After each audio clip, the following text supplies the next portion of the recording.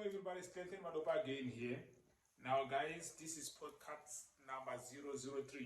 We are here to talk about what is it that we have to do in order for you to be consistent. Because here's the thing, to be a consistent Forex trader, it requires you to be very strong with money.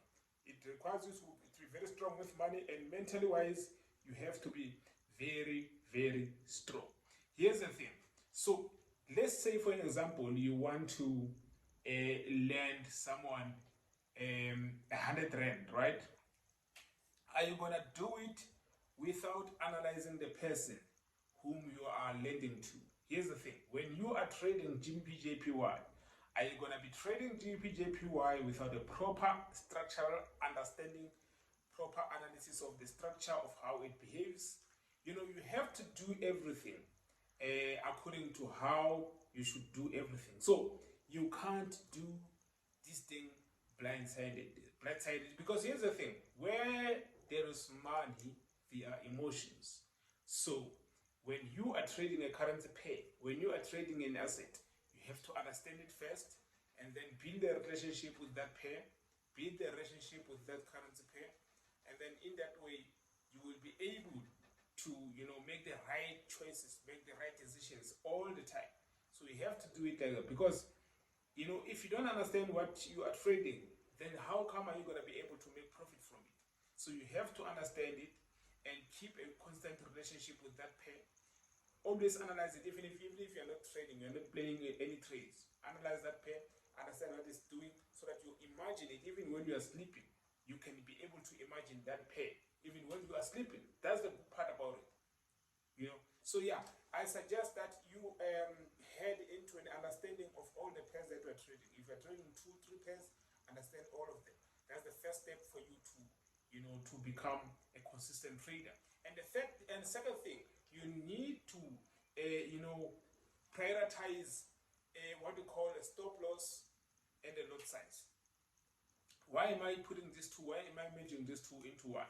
Because your stop loss determines how much you are willing to lose, right? But for you to know the exact amount you are willing to lose from that stop loss, you need to understand the lot size that you are using as well. So if you are using 0.01 and you are using 50 pips on a stop loss, it means a person who is using 0.02 is risking double what you are risking. You understand? So it's double the amount of what you are risking. If you are using 0.01 and I'm using 0.02, then the risk is not the same. Even if we are both on 50 pips in terms of stop loss. So you need to understand the risk that you are putting into a trade. Simple. That's why I'm merging those two into one. Right? The third thing that you have to do, you have to understand the risk-reward ratio. How much am I gaining when I'm risking this much? How much am I willing to risk when I'm gaining this much? So that's the risk-reward ratio. So if you're risking $1, then you want to gain higher than $1, maybe $2, $3. So if you are gaining $3 per $1 that you lose, then it means that risk-reward ratio is 1:3, right? You need to understand your numbers. That's how you play around it. That's how you become a profitable trader, even if you don't know exactly what you're doing. If you understand the risk-reward ratio, then you'll be able to make money from that thing. That's how it goes. So another thing, this is the fourth thing, right?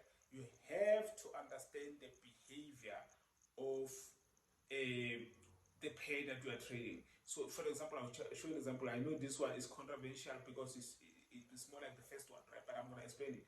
So the pair that you are trading, if you are losing more time than you are gaining from it, you need to understand that and step away from it for that moment. So if you are losing more money on GBPJPY, then you need to step back and focus on other pairs. So you understand the pair that you are trading, right?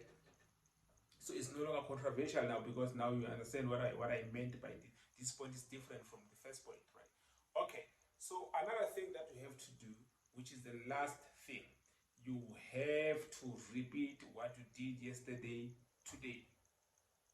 So today's plan is to repeat whatever you did yesterday. If you do that, I'm telling you, you are on a great start. You are on a great start. That's how it is. So those are my 5 steps on how you can actually become a consistent trader. That's how I do it.